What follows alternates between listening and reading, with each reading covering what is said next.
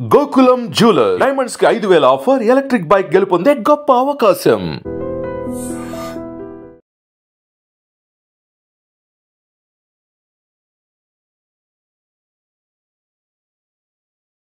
ఇంకొక విషయం ఏమి అంటే as a mother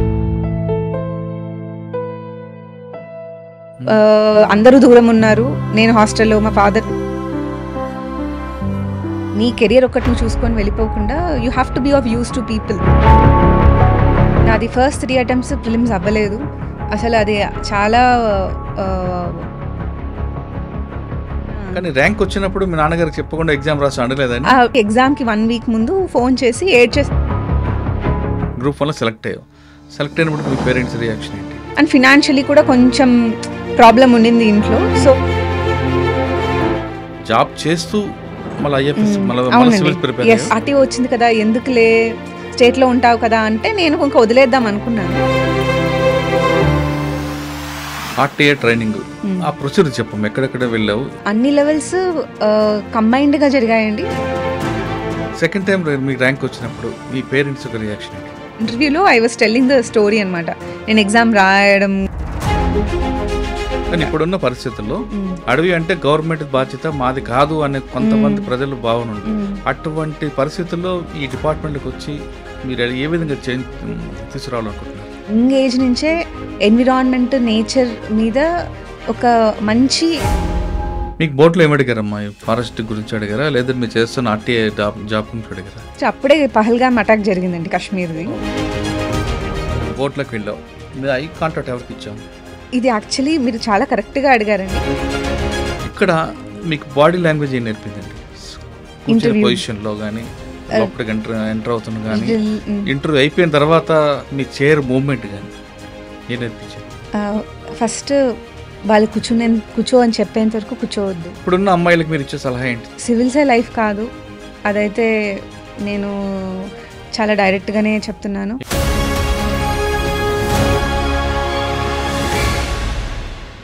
welcome to I dream.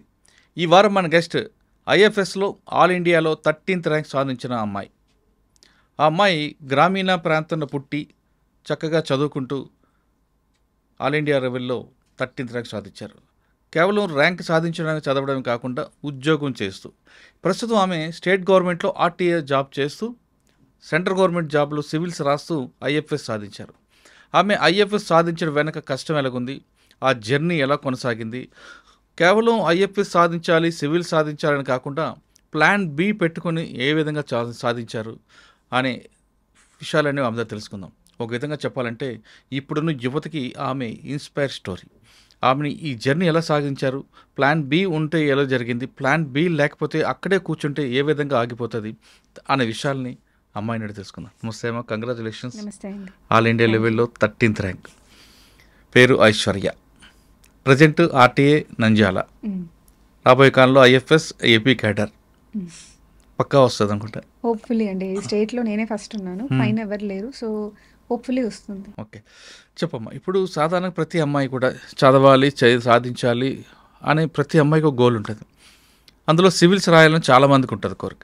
Civils రాస్తూ ఇంకా రాలేదు, 1-2 సార్లు రాసిన తర్వాత కొంతమంది అమ్మాయిలు ఇంకా రాదు, మన జీవితంలో సాధించలేమని బ్యాక్ వచ్చేవారు కొంతమంది ఉంటారు.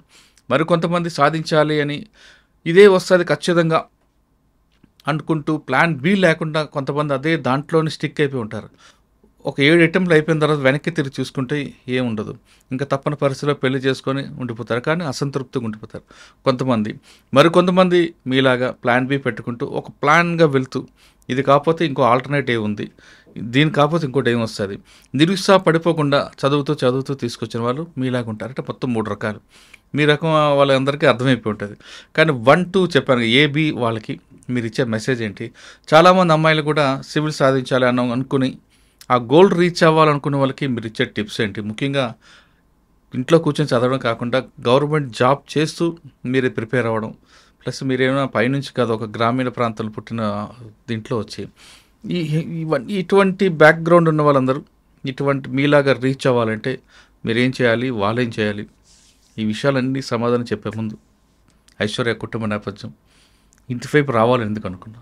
సివిల్ సర్వీసెస్ వైపు ఎందుకు రావాలనుకుంటున్నాను? ఫస్ట్ అమ్మా నాన్న గురించి చెప్పండి. మా ఫాదర్ ఎస్కే యూనివర్సిటీలో హిస్టరీ డిపార్ట్మెంట్లో ప్రొఫెసర్గా రిటైర్ అయ్యారండి. మా మదర్ స్పెషల్ క్లాస్ కాంట్రాక్టర్గా వర్క్ చేశారు. చాలా రియల్ ఎస్టేట్ ప్రాపర్టీస్ వాటిలో కూడా వర్క్ చేశారు కడప ఏరియాలోనే. అండ్ ఈవెన్చువలీ వద్దనేసుకున్నారు. మా ఫాదర్ కూడా రిటైర్ అయిపోయారు. దెన్ మా ఫాదర్ ఎల్ఎల్బి చేశారండి. అండ్ రిటైర్ అయిన తర్వాత లా సెట్కి కూర్చొని ఎంట్రన్స్లో పాస్ అయ్యి ర్యాంక్ తెచ్చుకొని మళ్ళీ గుంటూరు జేకేసీ కాలేజ్లో ఎల్ఎల్బి చేయడం జరిగింది. ఓ తండ్రి దగ్గర కూతురు నువ్వు.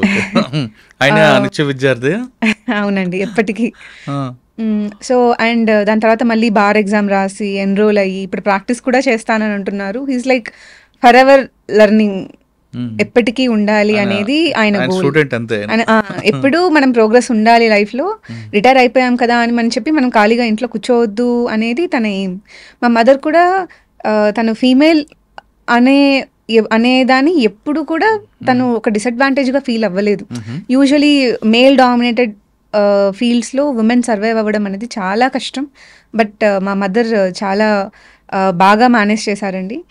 So I think these both are the reasons why I wanted to pursue civil services. అంటే వాళ్ళు నాకు ఒక ఎగ్జాంపుల్గా నిలిచిపోయారు. లైఫ్లో ఎప్పుడు ప్రోగ్రెస్ ఉండాలి, ఎప్పుడు ఏదో ఒకటి సర్వీస్ చేస్తూ ప్రజలకు ఉపయోగపడాలి అనేది అక్కడి నుంచి నేను నేర్చుకున్నాను. మా ఫాదర్ కూడా సివిల్ సర్వీసెస్ ఇచ్చారండి. ఆయన మెయిన్స్ కూడా రాశారు, 3 times మెయిన్స్ రాశారు. బట్ ఫ్యామిలీ ప్రాబ్లమ్స్ వల్ల హీ కుడెంట్ గో అహెడ్ అనమాట. సో ఆయనకి ఉండింది ఇంట్లో చదివించాలి అని. ప్రూవ్ చేసుకున్నాను. ఓకే, ఎంతమంది మీరు అక్క చెల్లెలు? నేను మా సిస్టర్ అండి, ఎల్డర్ సిస్టర్. ఆవిడేం చేస్తున్నారు? అంటే ఇప్పుడు పాస్ట్ అండి 2015లో బ్రెస్ట్ క్యాన్సర్. అయ్యో. ఓకే, అంటే ఒక చొక్క లేదని అది కూడా నువ్వే కంప్లీట్ చేస్తున్నట్లు అమ్మానానికి. Initially it was very hard అండి, బికాస్ నేను కాలేజ్లో ఉన్నాను, 3rd year. మా ఫాదర్ అప్పుడు వర్కింగ్లో ఉన్నారు. హీ వాజ్ సర్వశిక్ష అభియాన్లో వర్క్ చేస్తున్నారు ఆయన. మా మదర్ షీ వాజ్ అలోన్ అనమాట ఇదంతా జరిగేటప్పుడు. All of us was really చాలా సఫరింగ్, చాలా పెయిన్లో ఉన్నాము. It's not easy. బట్ మేము రియలైజ్ అవ్వని ఇంకొక విషయం ఏమి అంటే, as a mother her pain is like I don't know, like 1000 to at least 1 lakh times more. మేము అట్లీస్ట్ ఆక్యుపైడ్గా ఉన్నాము.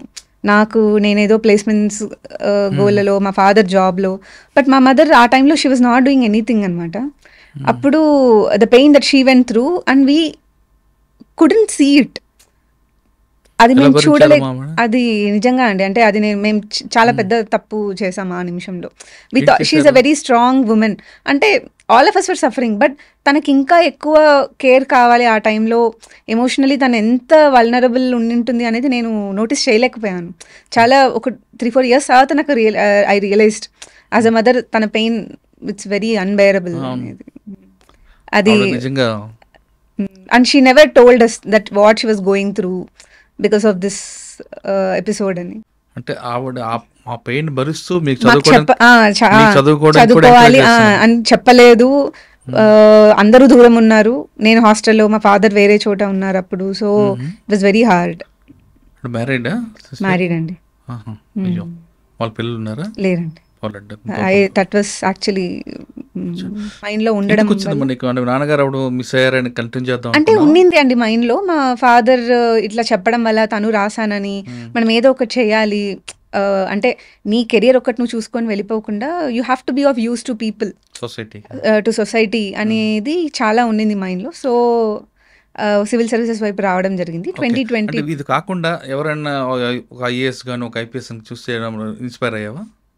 స్పెసిఫిక్గా అంటూ లేరండి. ఆ టైంలో పూనం మాలకొండయ్య గురించి మా ఫాదర్ చెప్పేవారు. షీ వాజ్ వెరీ స్ట్రాంగ్ అని. లక్ష్మీ పార్థసారథి గారి గురించి మా మదర్ ఒకసారి మా మదర్ వాళ్ళ ఇంటికి ఆవిడ వచ్చారు ఒకసారి. So she was also very inspired అనమాట. సో నాకు అది ఉండింది, ఎంకరేజ్ చేశారు. ఇద్దరు మీకు రోల్ మోడల్ అయ్యారు. తర్వాత పేటిఎంలో జాబ్ వచ్చిందండి, ప్లేస్మెంట్ అయ్యింది. బట్ సివిల్ సర్వీసెస్ అనేది ముందు నుంచే ఉండింది. సో అది వద్దనేసుకున్నాము. దాని తర్వాత ఇంకా ప్రిపరేషన్ స్టార్ట్ చేశాను బెంగళూరు. 2016 ఎండ్ అండి, అంటే 2017 అనుకోవచ్చు. 2017. ఓకే. ఆప్షన్లు ఏం తీసుకున్నప్పుడు? అప్పుడు ఇనిషియలీ జాగ్రఫీ ఉన్నిందండి. తర్వాత అది స్కోరింగ్ కొంచెం ప్రాబ్లం అవుతుంది అని వినడం వల్ల ఆంథ్రోకి షిఫ్ట్ అయ్యాను. Anthropology, very good. అండ్ నాది ఫస్ట్ 3 అటెంప్ట్స్ ప్రిలిమ్స్ అవ్వలేదు. అసలు అది చాలా ఏమంటారు, ఒక టార్చరస్ స్టేజ్ అనే అనుకోవచ్చు. బ్యాక్ టు బ్యాక్ ప్రిలిమ్స్ అవ్వకపోవడం అనేది. అండ్ నాకు మైండ్లో కూడా అది ఏమైందంటే, అదేంటి మనం ఐఐటి నుంచి కదా వచ్చింది, how is it possible that we don't clear అనేది మైండ్లో ఎక్కువ ఉండింది అనమాట. సో నా పెయిన్ ఇంకా ఎక్కువ అయింది ఒక థాట్ వల్ల. సో బ్యాక్ టు బ్యాక్ అవ్వలేదు. But my mother was like, ఏం కాదు ఇవ్వు, వీఆర్ విత్ యూ అని చెప్పి తను కూడా బెంగళూరులో నాతోనే ఉండడం జరిగింది. 2019 వరకు బెంగళూరు, 2021 వరకు కూడా బెంగళూరే. కానీ అక్కడే ప్రిలిమ్స్ నా 2020లో కోవిడ్ టైంలో ఫస్ట్ టైం క్లియర్ అయింది. 20లో క్లియర్ అయిన తర్వాత ఐ రియలైజ్ మేబీ ఫారెస్ట్ పెట్టద్దేమో, అంటే ఇన్ని రోజులు ప్రిలిమ్స్ అవ్వలేదు కదా, అటెంప్ట్స్ పోగొట్టుకుంటున్నాను నేను. బికాస్ ఫారెస్ట్కి సివిల్ సర్వీసెస్కి ప్రిలిమ్స్ ఒకటే ఉంటుంది ఎగ్జామ్, ఫారెస్ట్ కట్ ఆఫ్ ఒక 15 మార్క్స్ ఎక్కువ ఉంటుంది. సరే సివిల్స్ అవ్వట్లేదు, ఇంకా ఫారెస్ట్ అటెంప్ట్స్ నేను ఎందుకు పెడుతున్నాను అని చెప్పి ఆపేసాను అనమాట అప్లై చేయడము. కానీ 2021లో మళ్ళీ ప్రిలిమ్స్ రాసినప్పుడు నేను అప్లై చేయకపోయినా ఆ ఇయర్ ఫారెస్ట్ కట్ ఆఫ్ దాటింది నాది. అప్పుడు ఐ రియలైజ్డ్ మేబీ నేను పెట్టచ్చు అని. సో దాని తర్వాత ఇంకా వరుసగా 4 times ఫారెస్ట్ కట్ ఆఫ్ కూడా దాటింది అనమాట. అంటే 4 times సివిల్స్ కూడా ఉండిందండి. నేను కట్ ఆఫ్ దాటింది, అప్లై చేసింది ఓన్లీ 3 times, లాస్ట్ 3. సో ఏమంటారు, అదే అప్పుడు దాటిన తర్వాత ఐ వాజ్ లైక్, అంటే అంటారు కదా, ఒకటి అవ్వట్లేదు అంటే you sit on it, you will clear, డెడికేషన్తో కూర్చుంటే అవుతుంది. సో 2 times, నేను 3 times ఫారెస్ట్ ఇంటర్వ్యూకి వెళ్ళాను. లాస్ట్ 2 years వెళ్ళాను. ఫస్ట్ టైం చౌబే సార్ బోర్డులో 210 వచ్చింది. నెక్స్ట్ టైం ప్రీతి సుడాన్ మ్యామ్ బోర్డులో 213 వచ్చింది. ఈసారి సంజయ్ వర్మ సార్ బోర్డులో 230 వచ్చిందండి. ఎందుకు వదిలిపెట్టావు 210 వదిలి? అంటే మెయిన్స్ తక్కువ వచ్చిందండి, సో అందుకు క్లియర్ అవ్వలేదు. లాస్ట్ ఇయర్ 11 మార్క్స్తో పోయింది. ఈ ఇయర్ 230 వచ్చింది, సెకండ్ హైయెస్ట్ ఇంటర్వ్యూలో స్కోర్ నాది. So I was very happy. Interview అయినప్పుడు కూడా సరిగా జరగలేదేమో అని, అంటే వాళ్ళు అడిగిన క్వశ్చన్స్ అలా ఉన్నాయి. నేను ట్రాన్స్పోర్ట్ డిపార్ట్మెంట్ నుంచి వచ్చినందుకు వాళ్ళు నీ గోల్ కోసం వెళ్ళావు, కానీ ర్యాంక్ వచ్చినప్పుడు మీ నాన్నగారికి చెప్పకుండా ఎగ్జామ్ రాసి అనలేదని? అంటే మా మదర్కి ఎగ్జామ్కి 1 week ముందు ఫోన్ చేసి ఏడ్చేసాను, నేను ఇట్లా అబద్ధాలు ఆడి ఎగ్జామ్ రాయాలని అనుకోవట్లేదు, ఇన్ని రోజులు నాతో ఉన్నారు కదా, ప్లీజ్ డోంట్ డూ దిస్ అన్నట్టు. మా మదర్ వాజ్ లైక్, తను కూడా ఎమోషనల్ అయిపోయి, నో డాడీ నేను కన్విన్స్ చేస్తానని చెప్పి, she did not tell him, first అయితే ఎగ్జామ్ రాయి, తర్వాత చూద్దాం, రిజల్ట్ వచ్చి ప్రిలిమ్స్ క్లియర్ అవ్వాలి కదా ఫస్ట్ అన్నట్టు రాయిచ్చారు తెలియకుండా. తర్వాత ఇంటికి వచ్చిన తర్వాత సర్దుతున్నప్పుడు ప్రిలిమ్స్ పేపర్ అక్కడ కనిపించింది అనమాట. అదే టైంలో Group 1 కూడా జరుగుతుంది ఏపీపీఎస్సి. మా ఫాదర్ వచ్చి చూసి, ఏంటి పేపర్ హిందీలో ఉంది అని అన్నారు. అయితే నేను చెప్పాను ఇట్లా Group 1 పేపర్ అని. అంటే అదేంటి మరి హిందీలో ఉంది, తెలుగులో కదా ఉండాలి అని చెప్పి తీసుకొని చూస్తే ఆయనకు అర్థమైంది అనమాట. దెన్ హీ వాజ్ లైక్, అంటే నాకు చెప్పకుండా చెయ్యొద్దు please, do let me know, అంటే డోంట్ బాయ్కాట్ మీ అన్నట్టు ఆయన చెప్పారనమాట. అప్పటి నుంచి సపోర్ట్ ఉన్నిందండి. He was very very supportive. అప్పటి నుంచి ఆయనే నాకు ఆర్టికల్స్ పంపించేవాళ్ళు, ఫారెస్ట్ డిపార్ట్మెంట్ ఏమన్నా ఉన్నా. So I could win their trust. మధ్యలో Group 1 రాసావు. Group 1 రాయకముందు, ఫారెస్ట్ ఐఎఫ్స్ రాయకముందు ఆల్రెడీ నీకు సంబంధాల గురించి నేను రానివ్వలేదు. తర్వాత Group 1 వచ్చింది. Group 1లో సెలెక్ట్ అయ్యావు. సెలెక్ట్ అయినప్పుడు మీ పేరెంట్స్ రియాక్షన్ ఏంటి? Group 1లో సెలెక్ట్ అయినప్పుడు డెఫినెట్లీ అండి చాలా హ్యాపీగా ఫీల్ అయ్యారు. అప్పటి వరకు వాళ్ళు ఒక స్ట్రగుల్ చూసారు నన్ను, అరే ఏమవుతుందో. తిను చిన్నప్పటి నుంచి స్కూల్ డేస్ నుంచి కూడా షీ వాజ్ వెరీ, చాలా మంచిగానే ఉండేది ఎడ్యుకేషన్ అంతా. ఈ టైంలో అన్ఎంప్లాయిడ్గా ఉండడం అనేది వాళ్ళు తట్టుకోలేకపోయారనమాట. అండ్ ఫినాన్షియలీ కూడా కొంచెం ప్రాబ్లం ఉండింది ఇంట్లో. సో అయినా కూడా వాళ్ళు నా దాకా ఏం రానిలేదు. వాళ్ళు వెరీ హ్యాపీ, ఓకే ఫస్ట్ ఒకటైతే వచ్చింది, తర్వాత చేస్తూ చదువుకోవచ్చు అనేది మైండ్లో ఉండింది. Group 1 వచ్చావమ్మా నువ్వు, యూనిఫామ్ వేసుకొని ఫోటో దిగావు, నాన్నకు చూపిస్తేమన్నారు? హీ వాజ్ వెరీ హ్యాపీ అండి. అప్పుడు ఆయన నాతో ఫోటో దిగడము, దాన్ని అట్లా ఏమంటారు ఫ్రేమ్ చేయించి పెట్టుకుందాము ఇది అని చెప్పడము. That was a very memorable moment. And మా ఇంట్లో ఖచ్చితంగా ప్రతి మండే యూనిఫామ్ వేసుకోవాలి ఆఫీస్కి అని చెప్పి ఒక రూల్ పెట్టారనమాట. అప్పుడు you should know the importance of what you have. Civil dress లో వెళ్తే తెలియదు అని చెప్పి ప్రతి మండే వేసుకోవాలని చెప్పి పెట్టారు. ఇంకడమ్మ నేను కొంచెం రిలాక్స్ చేశాను దాన్ని. బట్ యా, ఓకే, జాబ్ వచ్చింది. ఇంకా నెక్స్ట్ మీకు పెళ్లి చేయాలనే ప్రయత్నం చేశారా? పెళ్లి వరకు లేదు. ప్రాబబ్లీ నేను సెకండ్ అమ్మాయిని అవ్వడం వల్లేమో. ఇంట్లో పెద్ద కూతురికి ఎప్పుడు ఆ ప్రెషర్ ఉంటుంది, చేసేయాలి అని. సెకండ్ అమ్మాయికి ఆ ప్రెషర్ ఉండదు, అంటే తక్కువ. నువ్వు సెటిల్ అయ్యావు కదా, అయినప్పుడు ఇంకా చేయాలనుకుంటారు కదా.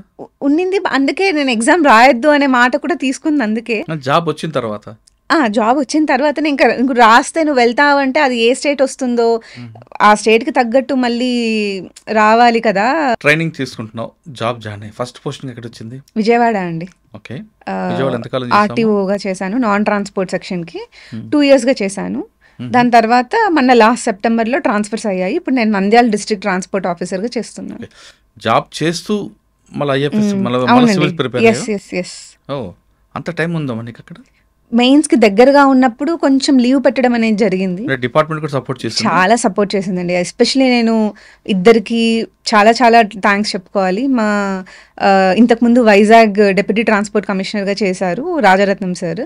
నేను ట్రైనింగ్ కని గ్రూప్ 1 వచ్చిన తర్వాత ట్రైనింగ్ కని వెళ్ళాను 2022లో. మొత్తం లగేజ్ తీసుకొని వెళ్ళామన్నమాట. వెళ్తే ఆయన ఒకటే మాట అన్నారు, నీకు ఫారెస్ట్ అన్నప్పుడు మెయిన్స్ ఉన్నింది ఇంకో 1.5 monthలో.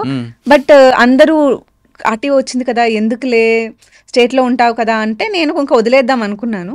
నేను వెళ్ళినప్పుడు ఆయన అన్నారు, no you should write, that is much very good service, you should right.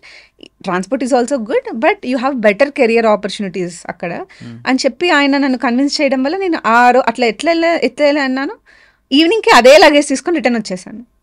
అప్పుడు మళ్ళీ యాక్చువల్లీ కొంచెం మా ఇంట్లో అయింది, మళ్ళీ ట్రైనింగ్ కూడా వదిలేస్తున్నావు అట్లా అన్నట్టు. రిటర్న్ వచ్చేయడం జరిగింది. So sir was very supportive. దాని తర్వాత నేను విజయవాడలో పోస్టింగ్కి జాయిన్ అయినప్పుడు కూడా మా Vijayawada deputy transport commissioner Purandar గారు ఉన్నారు. ఆయన కూడా నేను కొంచెం అర్లీగా ముందు వెళ్ళినా నన్ను ఏం అనేవాళ్ళు కాదనమాట. విజయవాడ ఫ్లడ్స్ అప్పుడు కూడా నన్ను ఏం పిలిచలేదు. He was also very supportive. మా ట్రాన్స్పోర్ట్ కమిషనర్ కూడా మనీష్ కుమార్ సిన్హా గారు, he was also very very supportive. Entire department was very supportive అండి. I'm very lucky in that matter. మిగతా డిపార్ట్మెంట్స్ అట్లా లేవంట. ట్రైనింగ్ ఎక్కడ తీసుకున్నారు మీరు? మొత్తం ఆల్ ఆంధ్ర తిప్పారండి. కడప, కర్నూలు, వైజాగ్, గుంటూరు, పూణేలో కూడా ఒక 48 days దాకా చేసాము. సో మొత్తం తిరిగాము. ఇప్పుడు ఆల్ ఇండియా ఎట్లా తిరుగుతారో ఫారెస్ట్ వాళ్ళు టూర్ లాగా ఇక్కడ మేము ఆల్ ఆంధ్ర తిరగడం జరిగింది. ఆర్టీఏ ట్రైనింగ్ ఆ ప్రొసీజర్ చెప్పము, ఎక్కడెక్కడ వెళ్ళావు, ఏం ట్రైనింగ్ తీసుకున్నావు? అంటే ఫస్ట్ కానిస్టేబుల్ గా, ఆర్టీఏగా, ఆర్టీఓగా ఏం తీసుకున్నారు తెలుసుకున్నాం? అన్ని లెవెల్స్ కంబైన్డ్ గా జరిగాయండి, ఇండివిజువల్ గా జరగలేదు. నేను వైజాగ్ వెళ్ళినప్పుడు మేజర్లీ నేను ఐటీ మీద ఫోకస్ చేశాను. ఇప్పుడు ట్రాన్స్పోర్ట్ డిపార్ట్మెంట్ అంతా ఆన్లైన్ అవ్వడం జరుగుతుంది. సో దాని మీద ట్రైన్ అయ్యాను. గుంటూరులో ఎన్ఫోర్స్మెంట్ ఎక్కువ జరిగింది. గుంటూరు, కడప, కర్నూలు కూడా ఎన్ఫోర్స్మెంట్ అంటే వెహికల్ స్టాప్ చేసి వాళ్ళ దగ్గర వెహికల్ డాక్యుమెంట్స్ కరెక్ట్గా ఉన్నాయా లేదా, అవి ఆన్లైన్లో రిఫ్లెక్ట్ అవుతున్నాయా లేదా, ట్యాక్స్ కట్టారా, ఫిట్నెస్ ఉందా లేదా వెహికల్కి, వాటి మీద స్టడీ చేయడం జరిగింది. తర్వాత స్పీడ్ గన్ ద్వారా వాళ్ళు స్పీడ్ లిమిట్ క్రాస్ అవుతున్నారా లేదా, ఫారెస్ట్లో అయితే ఎంత స్పీడ్ లిమిట్, ఒక 35-40 kilometers దాకా ఉంటుంది, అలాంటివి స్టడీ చేయడం జరిగింది. మళ్ళీ లైసెన్సెస్ ఎల్ఎల్ఆర్, డిఎల్ టెస్ట్ ఎలా చేస్తారు, మేము చెయ్యము బట్ సూపర్వైజ్ చేస్తామన్నమాట, అవి ఎలా చేస్తారు అనే వాటి మీద మెయిన్గా ట్రైనింగ్ జరిగింది. పూణేలో మిగతా స్టేట్స్లో ఎలా ఉంటుంది, ఫర్దర్ అడ్వాన్స్మెంట్స్ ఏం జరుగుతున్నాయి అనే దాని మీద ట్రైనింగ్ జరిగింది. తర్వాత ఫస్ట్ పోస్టింగ్ ఎక్కడ ఇచ్చారు మీకు? విజయవాడ. విజయవాడలో మేము ఏం నేర్చుకున్నాము అసలు? విజయవాడలో మెయిన్లీ పబ్లిక్ని స్టడీ చేశామండి. బేసికలీ ప్రిపరేషన్లో ఉన్నంతసేపు చాలా క్లోజ్డ్ గ్రూప్ ఉంటుంది. అంటే ఇమీడియట్ ఫ్రెండ్స్ ఉంటారు, రాసే వాళ్ళు ఉంటారు, ఎక్కువ కమ్యూనికేషన్ ఉండదు. అంటే మనం మాట్లాడే స్కిల్స్ అనేవి డెవలప్ చేసుకోం. నాకు ఆ పబ్లిక్ స్పీకింగ్ ఫియర్ అంతా పోయింది విజయవాడలో. చాలా క్రౌడ్ ఉంటుంది, వాళ్ళందరూ చాలా అవేర్నెస్తో ఉంటారు. ఎస్పెషలీ ఆ రీజన్లో లిటరసీ రేట్ ఎక్కువ ఉండడం వల్లేమో వచ్చి క్వశ్చన్ చేస్తారు. విజయవాడ గుంటూరు బెల్ట్ అంతా సో వచ్చి క్వశ్చన్ చేస్తారు, మీరు నాకు ఎందుకు ఇవ్వలేదు అంటే దిస్ ఇస్ మై రైట్ అన్నట్టు ఏమంటారు ప్రొటెస్ట్ చేసి చెప్తారనమాట. అంటే లిటరసీ వల్ల ఉన్న అడ్వాంటేజ్ అనేది people are aware of their rights. అది నాకు చాలా బాగా కనిపించింది అనమాట. I think people speaking skills దగ్గర మీరు విజయవాడ గుంటూరు బెట్లో పనిచేశారు. అక్కడ ఆటో వాళ్ళకి కానీ క్యాబ్ వాళ్ళకి కానీ లైసెన్స్ ఉంటాయంటారా? మ్యాక్సిమం ఉంటాయండి. యాక్చువల్లీ ఆ ఏరియా అంతా ఉంటాయి, because it's a very transport heavy area అది. ఆటోనగర్ అవన్నీ అక్కడ ఎక్కువ వర్క్ షాప్స్ అవన్నీ ఎక్కువ ఉంటాయి అనమాట. సో అందరికి లీగల్ గానే జరుగుతుంది, ఇల్లీగల్ గా ఏం జరగదు. కానీ లైట్ వెహికల్ తీసుకొని హెవీ వెహికల్స్ నడిపే వాళ్ళు కనిపిస్తుంటారు. అవి కొంచెం తక్కువ ఉంటారండి అవి చేసేవాళ్ళు. ఎందుకంటే ట్రాన్స్పోర్ట్ ఇప్పుడు ట్రక్ వెహికల్స్ ఓనర్సే రానియరు, ఎందుకంటే ఇన్సూరెన్స్ కవర్ అవ్వదు, కేసు చాలా సీరియస్ అవుతుంది ఇన్ కేసు ఏదైనా యాక్సిడెంట్ అయితే, హెవీ లైసెన్స్ లేకుండా కనుక వాళ్ళకి నడిపితే. సో ఓనర్సే ముందుకు రానియరు. కొన్ని ఇల్లీగల్ గా లైసెన్సెస్ ఇచ్చారంట 1990s లో అట్లా.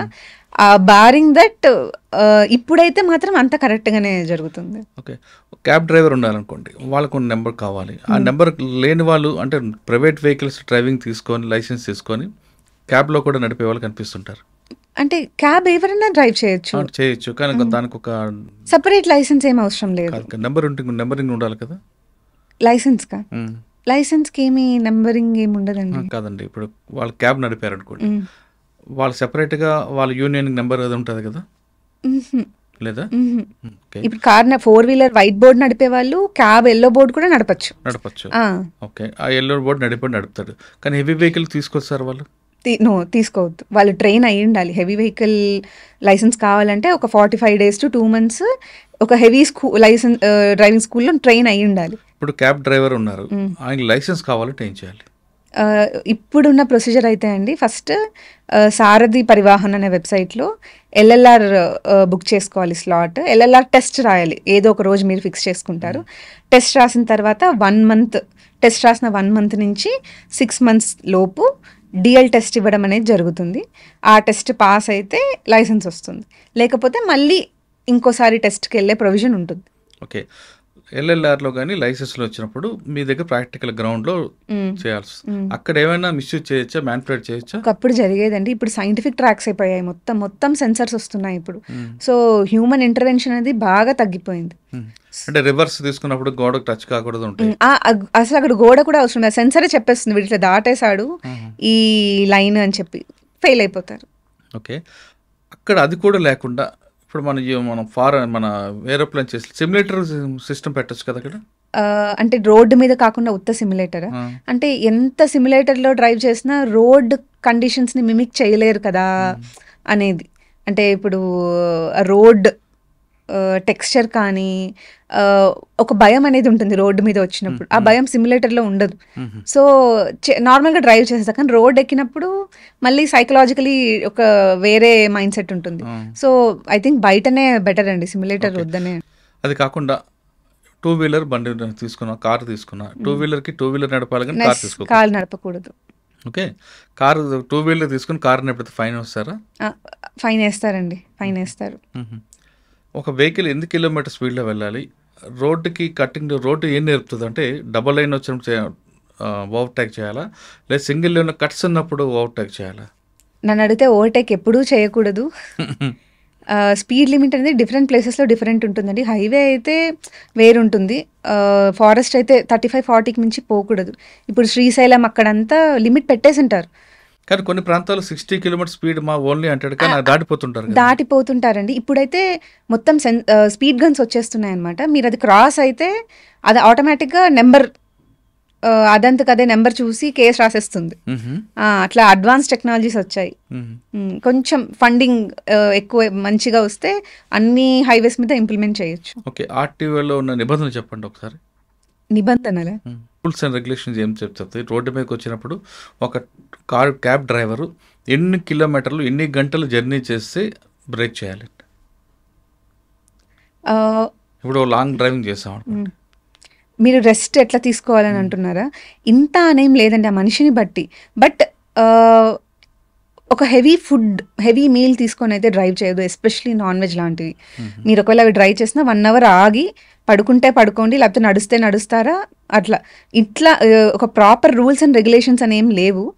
But regular road safety awareness ప్రోగ్రామ్స్లో మేము చెప్తుంటాము, ఇప్పుడు కంటిన్యూస్గా పెడల్ చేసే వాళ్ళకి నీ ఇష్యూ వచ్చేస్తుంది, అంతసేపు కార్లో కూర్చున్న వాళ్ళకి మజిల్ లాస్ అనేది ఎక్కువ ఉంటుందన్నమాట. ఎక్కువ డ్రైవ్ చేసే వాళ్ళకి అది తెలుస్తుంది, స్పాండిలైటిస్ అవన్నీ వస్తాయి.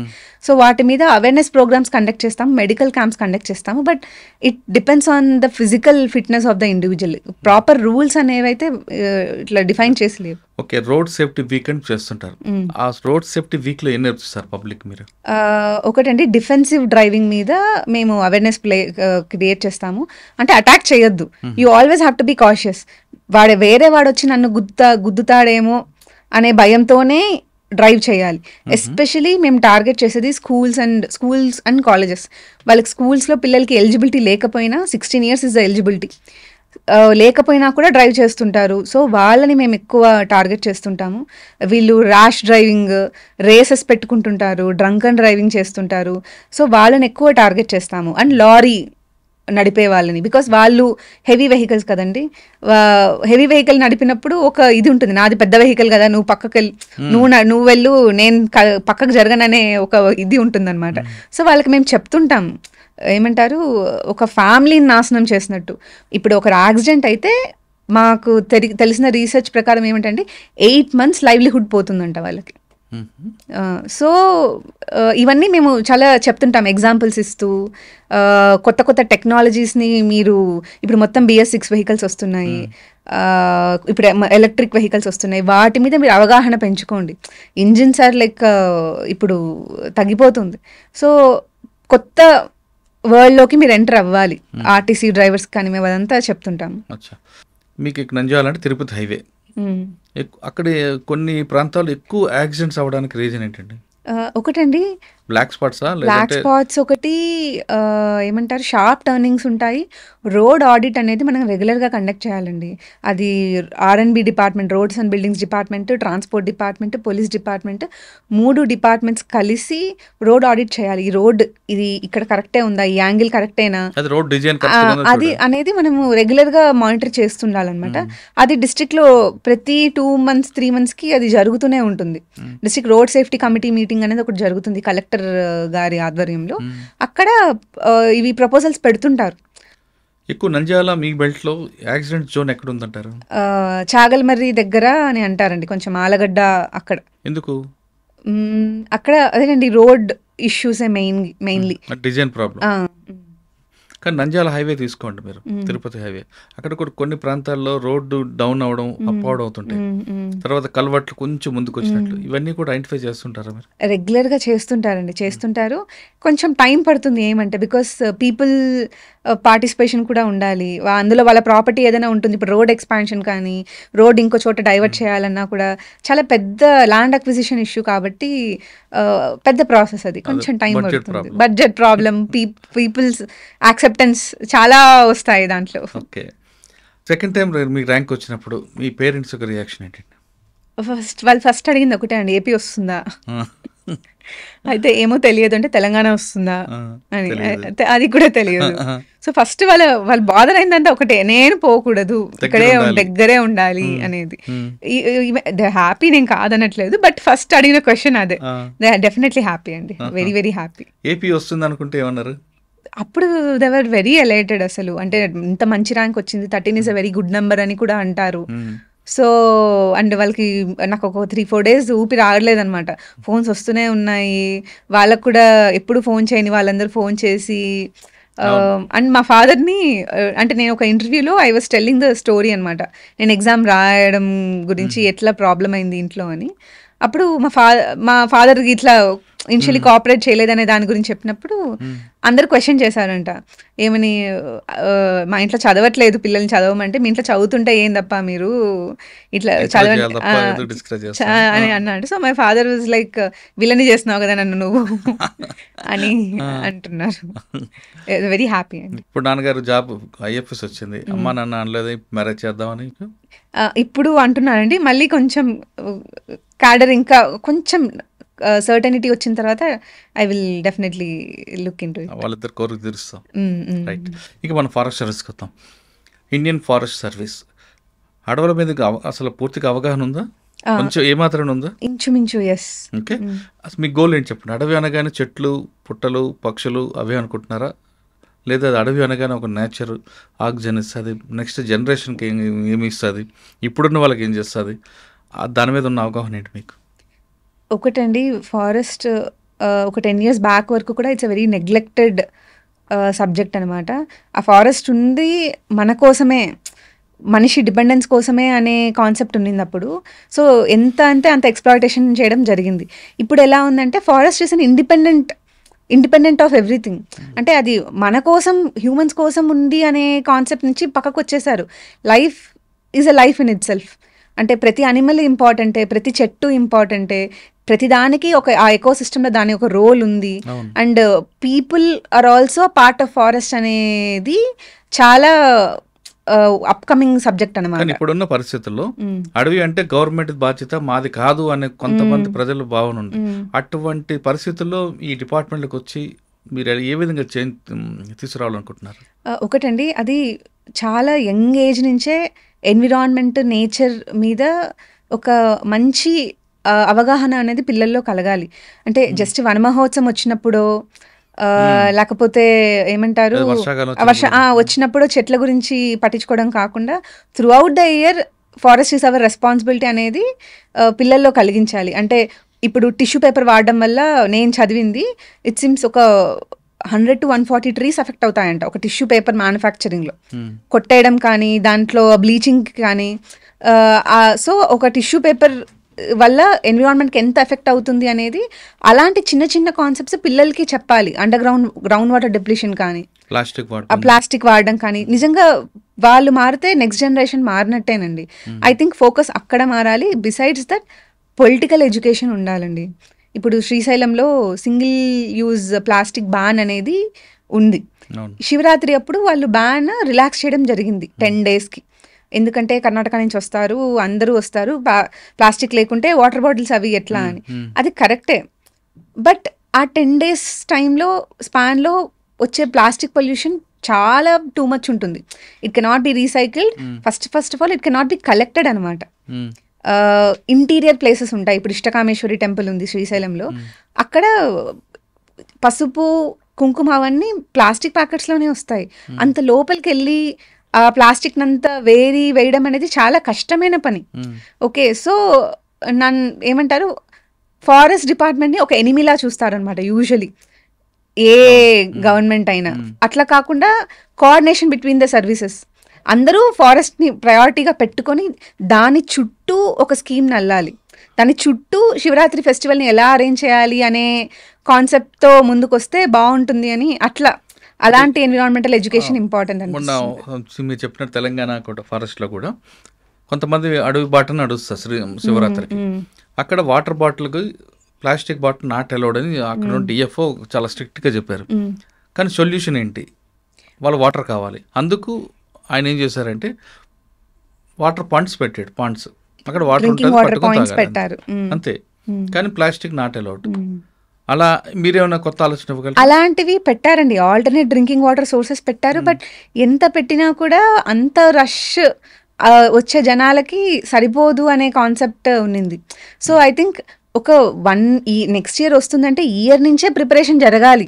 నెక్స్ట్ ఇయర్ ఫెస్టివల్కి మనం ఏం చేయొచ్చు, లాస్ట్ ఇయర్ ఏం తప్పులు జరిగాయి, ఇప్పుడు ఏం చేయొచ్చు అనేది. కానీ పబ్లిక్లో ఫారెస్ట్ అంటే ఎంకరేజ్మెంట్కి ప్రయారిటీ ఇస్తారు తప్ప దాన్ని కాపాడుకుందాం ఆలోచన లేకపోతుంది.